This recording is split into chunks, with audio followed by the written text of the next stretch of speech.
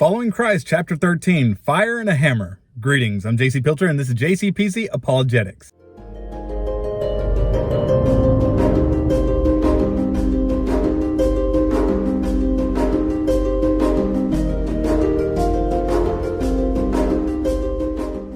Well, hello guys, and welcome to another Friday and another video on the whole Following Christ series.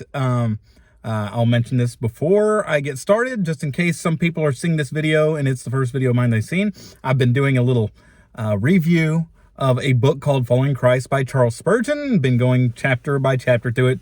Basically, I'll read it and then I'll come and make a video saying basically what I thought about it, encouraging folks to kind of start reading some works from pastors who have been proven to be faithful over the years.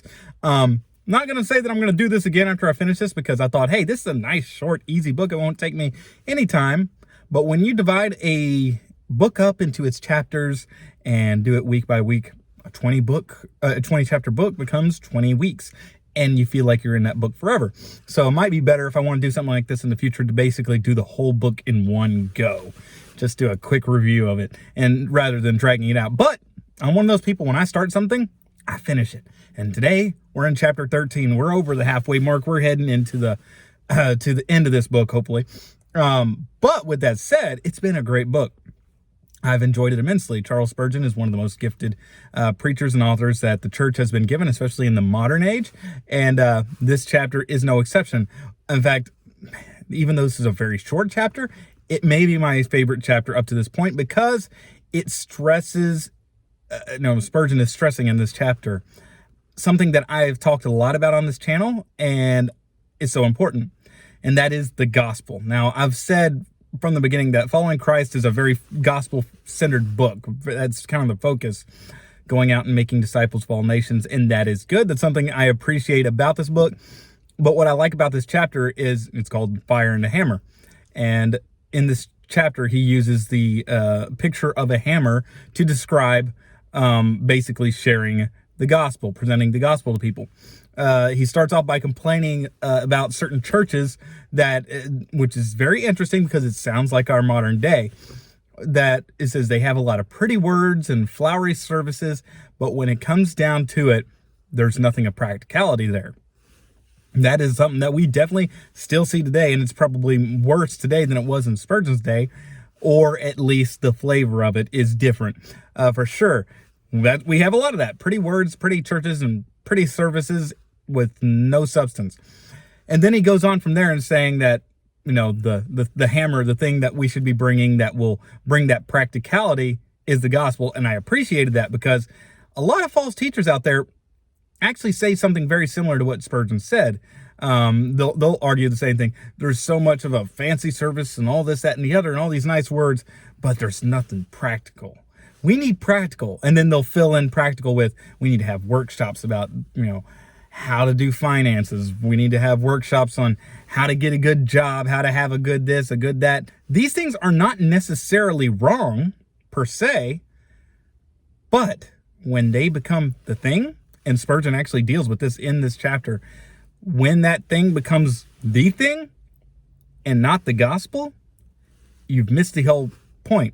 He said in this chapter, I am happy to use anything, employ any method that will lead people to Christ. But the gospel is the hammer. The gospel is that thing that wears away at the unbeliever and, leads them to Christ. And this whole chapter, like most of the chapters in this book, is Spurgeon giving different ideas or examples of how to use the hammer of the gospel to bring people to Christ. And he always talks about how people will complain, well, I've brought this person to church and he hasn't gotten saved. I've done this for that person, they haven't gotten saved.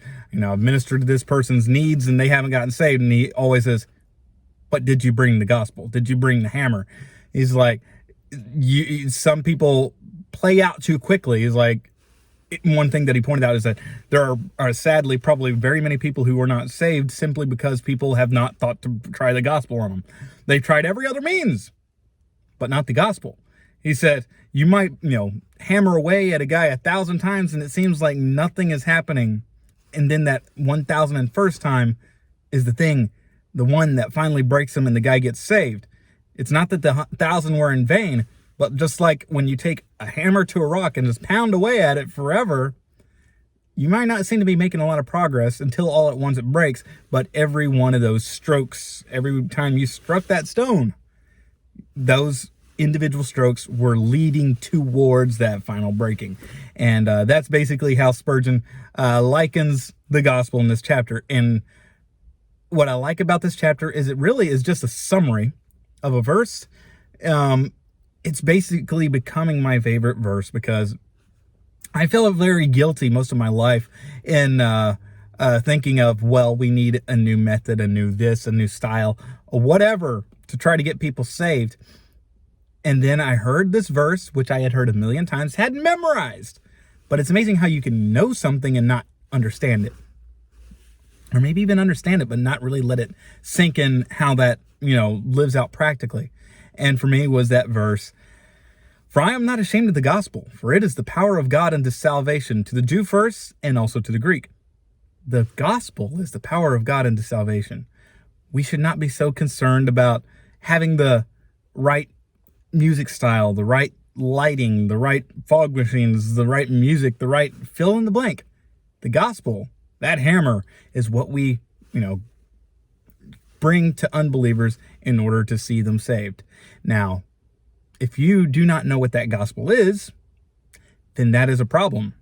Or if you claim to be a Christian and you don't know how to articulate the gospel well, I have a video for you that might help you in that endeavor. I'm going to leave it linked after this one's over. It's going to be in the description, and in the corner, I'll leave it in one of the boxes, and it's called "What is the Gospel?" And there I will explain what the gospel is. For you who are a believer, be encouraged by it. Learn to present it yourself, and learn to be able to share that, because it is the power of God into salvation. There is no method, no strategy, no what, that is not that's going to lead to somebody's salvation that won't include the gospel. The gospel is the power of God unto salvation. And if you're an unbeliever, if you're a person who has not believed the gospel, then I pray and ask that you check out that video and let it be a hammer stroke against you that God will later use to bring you to him. But with that said, God bless, have a great day, and we will see you next time.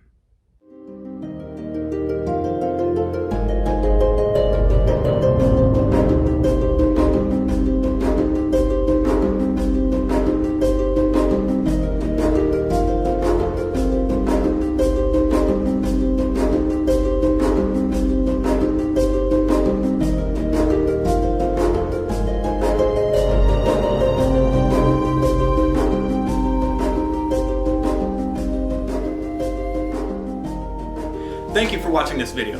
If you enjoyed it, please leave a comment below, and feel free to like and share it so others can see it as well. Also, subscribe so that you can keep up to date on future videos. And as always, please check below to see resources that I've used that might help you further your studies. God bless and have a great day.